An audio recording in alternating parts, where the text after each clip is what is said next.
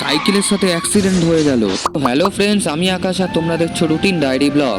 এটা আমার চ্যানেলের সেকেন্ড ব্লগ। আজকে আমি যাচ্ছি হেয়ার কাট। অনেক দিন হয়ে গেছে, অনেক কিছু ঘটে গেছে আমার লাইফের মধ্যে, তার জন্য আর সময় পাওয়া হয়নি। চলে এলাম আমার সিধু আঙ্কেলের সেলুনে। তারপর গিয়ে নিজেকে একটু দেখছিলাম। একটা কি অদ্ভুত ভগবানের সৃষ্টি, যেন অপরূপ। জানো, আমাদের সারা অঙ্গের মধ্যে এই একটাই জিনিস, চুল, যেটার জন্য আমাদের এই মুখটাই চেঞ্জ হয়ে যায়। তারপর সন্ধ্যাবেলাতে বেরিয়ে গেলাম জিম করতে। হ্যাঁ, এই জিমই আমার লাইফ পার্টনার। কেন জানো?